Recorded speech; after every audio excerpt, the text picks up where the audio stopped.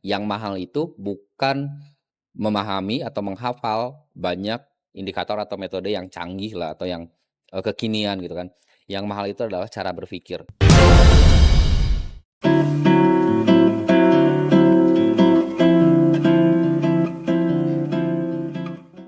Halo Sobat Trader, balik lagi di Max Talk. Let's talk about trading. Oke, kali ini saya nggak sendiri. Saya ditemenin salah satu mentor profesional di Max, yaitu ada Master Syam. Halo. Halo Master Halo semuanya. Syam. Oke, kita bakal bahas tentang realita trader. Yang menghancurkan itu bukan market, tapi mindset, Master. Oh, berat ya temanya Berat ya temanya. Sebenarnya bukan tema yang berat, sebenarnya temanya ringan, cuman ini yang paling kayaknya relate sih kayaknya. Nah, itu relate Mhm. dengan kebanyakan trader Iya, ya? banyak loh orang tuh saya sering nemuin, orang tuh yang datang cerita dia pernah gagal, dia, eee, berulang kali bahkan, kegagalannya itu. Tapi kebanyakan sebenarnya bukan dari metodenya, karena ada yang sampai belajar ke luar negeri loh bayangin, Nah, sampai itu. bayar segala macam, tapi masih gagal gitu. Ketika saya cek, ketika saya evaluasi metodenya bagus gitu. Dia punya risk management, dia punya, punya knowledge untuk baca fundamental, baca teknikal dan yang Iya. lainnya. Tapi tetap gagal gitu, dan itu banyak banget yang ngalamin kayak gitu loh. Oke, kita bahas di sini ya, Master. Dan ya betul, realitanya seperti itu dan problemnya ternyata bukan di metodenya yang nggak bagus, bukan nggak bisa baca berita atau apa, bukan ternyata. Tapi salah satu yang paling besar yang saya temuin itu problemnya itu adalah mindset gitu, Mindset. cara berpikir. Betul. Oke, mungkin pernah nggak sih Master, apa sih fase yang paling berat yang pernah Master alami di trading ini? Fase yang paling berat, eee, apa ya, kadang saya bingung kenapa, karena gini, saya tuh banyak ngalamin fase yang mungkin ya, itu adalah fase yang nggak enak gitu. Cuman setiap kali saya ngalamin sebuah fase, saya selalu berusaha untuk, ngambil sisi positifnya, ngambil bright side-nya. Coba untuk nikmatin nikmatin aja apapun fasenya gitu. Jadi kadang saya juga nggak tahu fase yang paling berat itu buat saya yang mana gitu, karena buat saya semua fase itu, eee, luar biasa, apapun yang saya alamin ya. Apalagi di market forex nih, kalau kita berbicara di market forex, mungkin ya yang kebanyakan orang alamin dan termasuk saya alamin, fase yang mungkin berat bisa dikatakannya, tapi, saya ngelihatnya itu sebuah tantangan malah. Tantangan. Yaitu ketika saya ada di fase pertama kali baru awal-awal terjun ke trading, mengalami kerugian. Banyak nggak, Master? Banyak, saya yakin banyak gitu. Tapi sebenarnya fase yang paling berat tuh bukan rugi uangnya, karena uang bisa dicari lagi. Yang, berat itu adalah kita mengalami kerugian di market forex. Tapi kerugiannya itu dibebani sama ekspektasi di awal yang terlalu tinggi. Ah, iya. Kalau kita sekedar rugi, teman-teman siapapun itulah saya, yakin ya, karena saya juga ngalamin. Di bidang apapun usahanya, bisnisnya, itu pasti ada gagalnya kan. Betul, betul. Tapi kayak nggak seberat gagal di forex, ketika gagal di forex kayaknya itu gagalnya itu gagal banget gitu. Itu karena sebenarnya gini, ketika kita buka usaha, kita itu ekspektasinya nggak terlalu tinggi. Misalkan kita buka kedai, kita buka kafe, kita buka, pabrik atau apapun itu ya. Tapi ketika kita masuk ke forex, kita itu biasanya ketika gagal, ngerasa gagalnya itu gagal banget karena dibebani sama ekspektasi yang terlalu tinggi di awal. Oke. Dan itu problemnya ternyata adalah salah asosiasi, salah lingkungan, salah komunitasnya yang mindsetnya juga mindset cepet kaya, salah pintu masuk brokernya, yang tidak memberikan edukasi juga dan yang lainnya gitu. Jadi kegagalan yang paling berat mungkin bisa dikatakan ya, kegagalan yang paling berat itu di market forex itu bukan karena kehilangan uang ketika rugi di awal, tapi ketika gagal, tapi dibebani sama ekspektasi di awal yang salah, yang terlalu tinggi. Jadi aja. Ya, jadi mindset di awalnya itu kan, "Oh saya terjun ke market forex biar hari ini buka account, besok beli Mercy," misalkan ya, besoknya beli apa gitu. Ekspektasi yang berat itu yang bikin kita gagalnya itu ngerasa down-nya itu secara mentalnya itu down banget gitu. Iya. Nah itu sebenarnya fase yang menurut saya paling berat. Dan obatnya sebenarnya bukan langsung recover lagi, langsung bangkit lagi, enggak. Obatnya adalah perbaiki dulu mindset-nya gitu. Itu kuncinya ya? Ya, bukan shortcut untuk jadi kaya secara instan ya market forex tuh. Walaupun peluangnya besar banget, tapi bukan secara instan. Everything have a process gitu. Oke. Tapi pernah nggak Master, tahu kalau misalkan saat itu tuh harus cut loss, tapi malah bertahan karena ego? Pernah nggak? Pernah dong. Dan siapapun itu pasti punya, namanya manusia ya, pasti Iya. punya yang namanya ego. Nggak ada manusia yang tidak punya ego. Cuman di market atau ketika kita menjadi seorang trader, kita dipaksa, dituntut untuk bisa mengendalikan ego kita. Ego tuh kadang perlu, Iya. Kita juga ada saatnya harus punya ego. Kita ada saatnya harus punya punya kapasitas untuk bisa dikatakan kita harus punya kapasitas itu untuk bisa menghargai diri sendiri, dan itu ego. Tapi itu hal yang wajar, it's okay. Nah, yang tidak wajar adalah ketika kita berharap kitalah yang menjadi senternya dari dunia ini. Nah, itu ego yang berlebihan. Everything it's not about me. Nggak harus selalu tentang saya gitu. Ada saatnya kita juga harus memikirkan tentang dampak dari apa yang saya lakukan. Nah, ketika kita udah bisa berpikir ke arah sana, maka egonya kemungkinan sih sudah terkontrol. Jadi harus ada kemampuan untuk mengenali, Mengontrol. atau mengontrol apa yang kita lakukan. Karena kita tidak akan bisa mengendalikan atau mengontrol apa yang ada di luar kita. Tapi Nah. kita bisa mengendalikan diri sendiri gitu. Berarti mana sih yang lebih sulit? Berarti dapat profit atau mendapatkan profit atau mempertahankan profit, Master? Mempertahankan sih sebenarnya. Mempertahankan. Coba bayanginnya gini, kita trading, Iya. udah profit. $10.000 udah jadi $15.000, udah profit nih $5.000. Pasti saya yakin banget. Ada perasaan saya udah mulai bisa agak ngebut nih tradingnya. Padahal sebenarnya kita itu nggak harus seperti itu. Nggak harus karena udah profit kita dinaikin intensitasnya sehingga resikonya juga ikut naik. Profit yang udah kita dapat bisa jadi hilang lagi. Nah, itu kan nggak bisa pertahanin profit. Iya benar. Mendapatkan itu gampang, mudah. Tapi mempertahankan itu lebih sulit. Itu jatuhnya jadi kepedean gak sih, Master? Iya, Iya. bisa masuk juga sebenarnya dikatakan dengan overconfidence. Dan itu adalah salah satu racun untuk seorang trader yang cukup berbahaya. Karena nggak kerasa gitu. Dan yang bisa menilai itu adalah orang lain. Iya. Dan disitulah fungsi dari komunitas, mentor, advisor atau yang lainnya. Itulah fungsinya, membatasi agar kita tidak terlalu melewati batas gitu untuk confidence. Confidence perlu, tapi jangan sampai melewati batas yang wajar gitu. Oke. Berarti berapa besar pengaruh uang terhadap keputusan trading, Master? Besar banget. Dan nggak selamanya uang kecil itu lebih mudah dikendalikan, atau kebalikannya, uang besar yang lebih mudah dikendalikan. Saya pernah bikin tesis kayak gini. Trading itu sebenarnya bisa dijadiin suatu yang ini kan angka ya, angkanya di level berapa gitu kan. Nah, segala sesuatu yang angka itu kan artinya kita bisa kalkulasikan dong. Kita bisa gunakan ilmu eksak, ilmu matematik gitu. Cuman pengaruhnya besar loh, nominal uang yang kita gunakan. Kita menggunakan uang kecil, alasannya itu biasanya adalah, oh karena modalnya nggak cukup. Oke, fine. Atau ketika kita menggunakan uang besar, oh saya ternyata grogi dengan uang sebesar ini, modal sebesar ini. Atau bahkan saya menggunakan uang besar malah nggak kekontrol tradingnya. Cenderung terlalu barbar atau terlalu dikatakan terlalu impulsif gitu kan.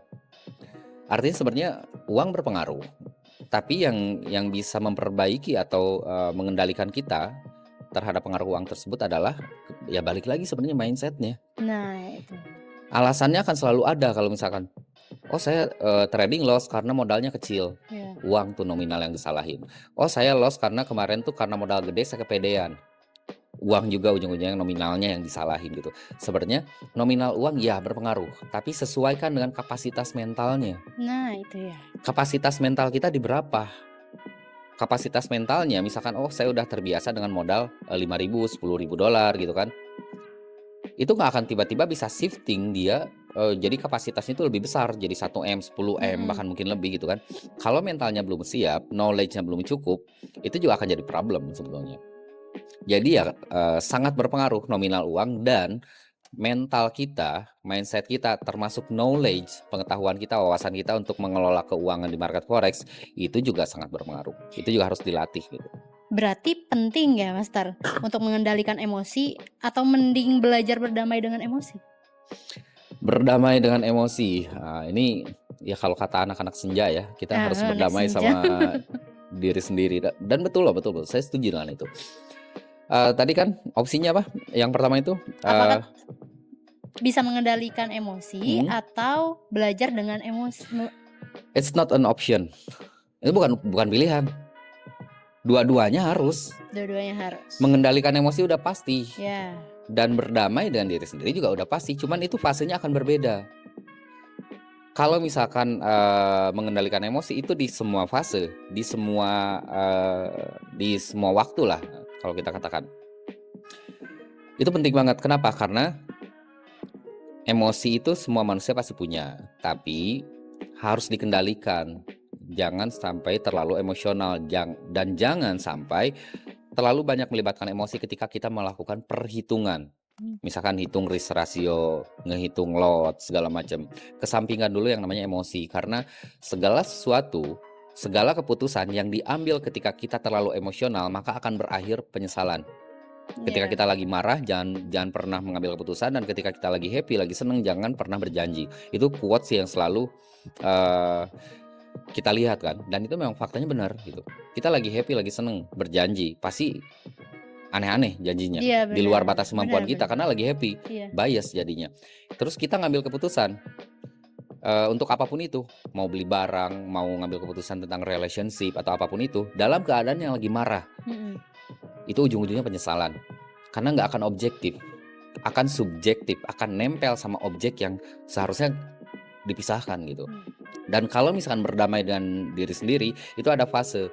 Yaitu fasenya biasanya bukan di awal atau nggak di setiap saat. Berdamai dengan diri sendiri itu biasanya fasenya adalah ketika kita mengalami kegagalan, ketika kita analisanya salah, ketika yang kita harapkan tidak sesuai dengan kenyataan. Nah, orang yang tidak bisa berdamai dengan dirinya sendiri biasanya ketika dia analisa naik, buy, harga malah turun, dia nggak mau ngakuin itu, akan cenderung denial. Iya, benar. Malah akan cenderung mencari pembenaran atas apa yang dia lakukan. Dan itu lebih berbahaya dibanding dengan kita salah analisa. Salah analisa tapi kita mau mengakui, cut loss. Betul. Salah analisa tapi kitanya nggak mau berdamai dengan diri sendiri, nggak mau mengakui kalau saya itu salah analisanya. Yang dilakukan apa coba? Buy lagi. Iya, benar. Yang dilakukan oke, cut loss tapi buy lagi dengan lotnya lebih gede. Ini benar kok. Ini ada candle inilah, ada apalah, indikator apalah, benar kok gitu. Dihajar lagi padahal data fundamental udah berubah. Arah market udah berubah, tapi dia masih denial, dia masih nggak mau berdamai dengan diri sendiri, nggak mau mengakui kesalahan, pengen analisanya itu menjadi benar, maka yang terjadi adalah makin hancur. Dan itu berbahaya banget gitu. Berarti nggak disarankan ya, Mister, kalau Sangat kayak tidak gitu? disarankan apalagi seorang trader gitu. Berarti kalau semua orang itu sebenarnya cocok nggak sih, Master, jadi trader? Enggak semua orang cocok, tapi semua orang bisa belajar. Gak semua orang cocok menjadi trader, tapi semua orang bisa belajar menjadi trader. Kok kontradiktif ya kedengarannya? Iya. Sebenarnya nggak kontradiktif. Semua orang itu punya karakter yang berbeda-beda. Tergantung dia dibesarkan di lingkungan seperti apa, pendidikannya kayak gimana, itu kan berbeda-beda. Cara dia menghitung pun berbeda. Cara dia menerima toleransi kerugian pun akan berbeda. Yang biasa di konvensional mungkin toleransi kerugiannya akan berbeda dengan yang biasa trading atau bisnis secara online seperti ini. Nah, orang yang mungkin udah terbiasa punya privilege untuk punya knowledge tentang market seperti ini, yang nggak semua orang punya, ya itu udah pasti cocok dengan market. Tapi orang yang belum pernah trading, yang terbiasa dengan hitung-hitungan konvensional, dengan bisnis konvensional, itu di awal dia tidak akan cocok dengan market, tapi bisa belajar. Jadi kalau misalnya semua orang cocok dengan trading forex, belum tentu. Dan kayaknya enggak. Tapi semua orang bisa belajar. Yang tidak cocok pun nantinya akan bisa menjadi cocok kalau mau belajar sebetulnya. Kuncinya kalau mau Kalau belajar. mau belajar. Berarti menurut Master, trader yang sukses itu kebanyakan ditentukan oleh skill atau karakter? Karakter first, and then skill. Oke. Karakter dulu, baru skill. Karena Jangan sampai skill lebih penting daripada karakter. Iya. Itu akan menjadi racun. Kita skillnya bagus, tapi karakternya jelek, sombong. Jatuhnya apa? Banyak overconfidence. Eee, Anak dari kita mulai, sombong ya, Mhm. overconfidence, terus, mengabaikan resiko, Iya. mulai, denial, bias kognitif, atau apapun banyak yang akan terjadi. Jadi karakter dulu dibentuk, dibangun jadi karakter seorang investor, seorang trader, baru setelah itu skill. Karena skill itu kita bisa pelajari dengan tidak lebih sulit daripada kita memperbaiki karakter yang rusak. Iya. Nah itu kalau misalkan kita bangun skill dulu baru bangun karakter, jatuhnya paling dia akan kayak roket, tahu nggak? Roket itu dia, langsung terbang ke atas tapi Mhm. nggak lama habis itu jatuh kalau nggak meledak di atas. Iya. Jadi karakter, over skill, Oh, karakter dulu baru skill. oke. Master Cham kan punya teknikal untuk trading kan? Ada Ada. teknikal. Kalau misalkan teknik itu diajarkan ke 100 orang, itu tuh hasilnya bakal sama nggak? Nggak akan sama, saya yakin banget nggak akan sama. Karena apa? Ini sebenarnya nyambung ke pertanyaan sebelumnya, ada yang Iya. namanya karakter kan. Kalau karakternya karakter yang keras dan atau karakternya gambler, sorry ya, Mhm. misalkan, segala sesuatu tuh dibikin gambling gitu kan, itu kan akan berbeda. Alat yang sama digunakan, orang yang berbeda belum tentu akan menghasilkan output yang sama. Iya sih. Saya punya misalkan apa ya, saya punya sebuah pisau deh, itu akan, menghasilkan output yang berbeda di orang yang berbeda, di tangan yang berbeda. Di tangan saya mungkin pisau itu bisa untuk mengupas buah, untuk, masak atau untuk apa. Tapi di tangan orang yang salah, itu bisa jadi benda yang melukai orang lain atau bahkan melukai diri sendiri. Iya. Jadi belum tentu metode yang sama dikasih ke 100 orang yang, berbeda menghasilkan output yang sama. Butuh knowledge, butuh, tahu cara mengendalikannya dan butuh tahu, butuh edukasi lah minimal untuk itu. Oke, berarti pada akhirnya trader itu sedang melawan market atau sedang melawan dirinya sendiri? Ini kita itu nggak pernah melawan market sebetulnya. Justru kita adalah bagian dari market. Oke. Ya sebenarnya kita lebih tepatnya itu kita melawan diri sendiri. Karena gini, opsi di market itu cuma 2, market itu cuma buy atau sell doang kan. Iya. Dan kitalah yang ngambil decision-nya, kitalah yang ngambil keputusannya. Mau buy, mau sell, mau cut loss, mau hold, mau pasang TP di berapa, kita yang Iya. ngambil keputusan dan artinya ya kita harus mengenali diri sendiri dulu dong. Kita harus, tahu siapa saya dulu dong, kekurangan saya apa, kelebihan saya apa gitu kan, knowledge saya tentang market apa, skill yang udah saya kuasai apa, karakter saya seperti apa, dan itu yang harus dilawan, terutama hal-hal negatif yang ada di diri kita. Makanya sebelum, bukan melawan market sebetulnya, kita lebih ke melawan diri sendiri atau lebih tepatnya itu membentuk diri sendiri, karakter kita, skill kita, semuanya kita bentuk gitu. Begitu. Oke, berarti bisa kita simpulkan ya, Hmm. Master. Berarti market itu ternyata nggak selalu tentang mencari profit, tapi ada saatnya market itu menjadi tempat untuk menguji karakter seorang trader. Setuju banget. Saya itu sebelum jadi seorang trader, Mhm. itu adalah personanya itu atau karakternya itu sangat jauh berbeda. Dulu tuh saya sempat aktif atau lebih banyak dunianya itu di musik lah, di musik dan Iya. seni. Karakter saya tidak seperti saat ini. Karakter mulai dari cara berbicara, cara berpikir, dan cara berpakaian gitu. Itu udah jauh berbeda. Dan ketika saya masuk ke market forex semuanya benar-benar di kayak dibuat apa ya? Kayak didaur ulang gitu. Iya Dari iya. karakter saya yang sebelumnya yang mungkin, sangat-sangat, eee, cenderung ke dunia seni atau musik segala macam dan ketika masuk ke market forex, oh itu berubah banget gitu, kayak didaur ulang gitu, kayak dibentuk ulang dan semua fase saya alamin, makanya apa yang saya share itu adalah kebanyakan sebenarnya adalah experience, pengalaman gitu. Makanya kalau saya biasanya di kelas itu ngasih edukasi itu saya tidak pernah memberikan bukan tidak pernah ya, saya, tidak menyarankan atau bukan konsep saya edukasinya itu kalau, kelasnya itu belajarnya itu adalah hafal-hafalan, saya tidak seperti itu. ketika saya memberikan edukasi, itu Mhm. bukan tentang hafalan, tapi tentang memahami. Karena memahami itu jauh lebih sulit daripada menghafal. Betul. Maksudnya gimana? Maksudnya gini, kita belajar kalau belajarnya menghafal ya, kita belajar menghafal nama dan bentuk candle, udah 1000 candle kita hafal. Oke, fine, setahun kita survive. Tiba-tiba ada perubahan di market, ada bentuk candle yang ke 1001. Bingung nggak? Bingung. Bingung pada akhirnya kan? Iya. Tapi kalau kita memahami, nggak perlu hafal nama-nama 1000 candlestick itu atau 1000 indikator kita hafal gitu kan, nggak perlu.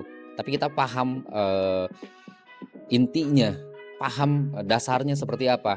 Kita bukan menghafal jenis candle atau, chart pattern segala macam, tapi kita, paham how the market works. Iya. Bagaimana market itu bekerja.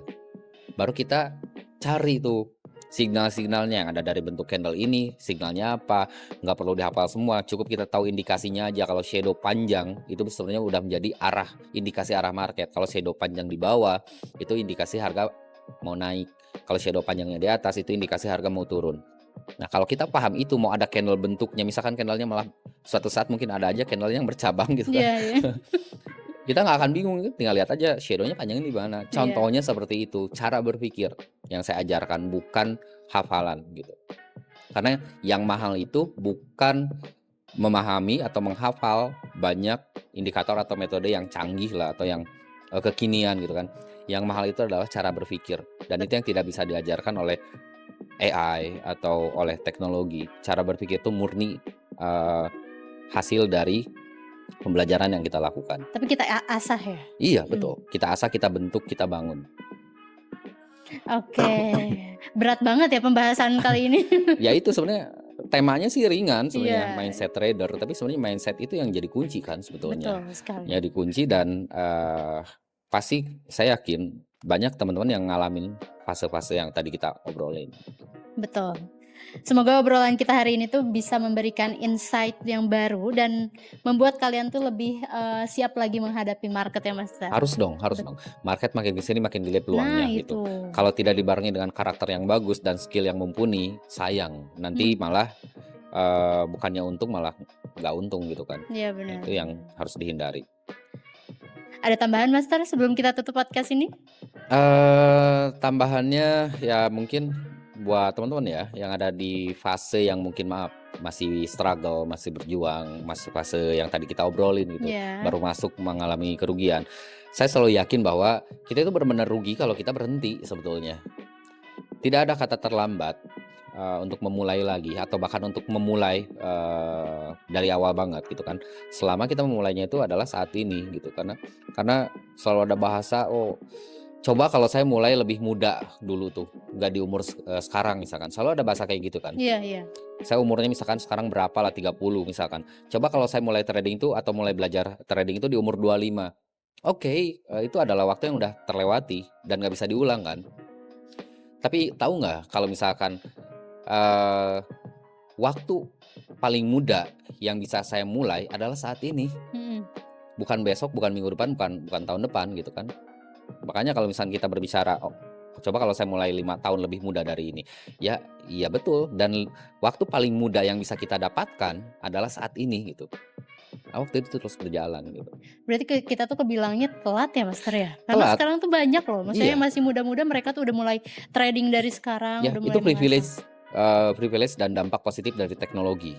Mereka lebih dekat dengan teknologi karena mereka lahir di era teknologi yang udah canggih. Iya. Dari bayi udah, Betul. kita bayi kalau nangis paling dikasih apa sih, mainan atau mungkin buat di mulut ya, apa Iya. namanya tuh, dot atau apa gitu yang Mhm. dimakan kan, atau apapun itulah di saat zaman-zaman kita. Sekarang anak-anak nangis itu dikasihnya itu gadget. Gadget, benar benar. Tapi itu privilege asal kita bisa tahu porsinya ya gitu.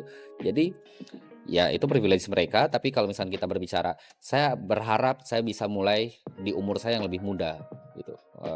Ya itu udah lewat, tapi yang masih bisa kita dapatkan adalah ingat bahwa umur paling muda yang bisa kita dapatkan untuk memulai sesuatu adalah saat ini gitu. Karena misalkan 1 hari lagi umur saya udah bertambah lagi 1 hari gitu kan. Jadi umur paling muda yang bisa kita dapatkan adalah saat ini. Forget about the past gitu kan, kita lupakanlah yang udah berlalu. Kita lihatnya ke depan gitu. Oke. Terima kasih banyak Master, ya ampun panjang Sama-sama. banget pembahasannya. Terima kasih banyak atas waktunya. Mungkin kita bakal kembali lagi dengan Master Syam di podcast-podcast berikutnya ya Master. Iya, insyaallah.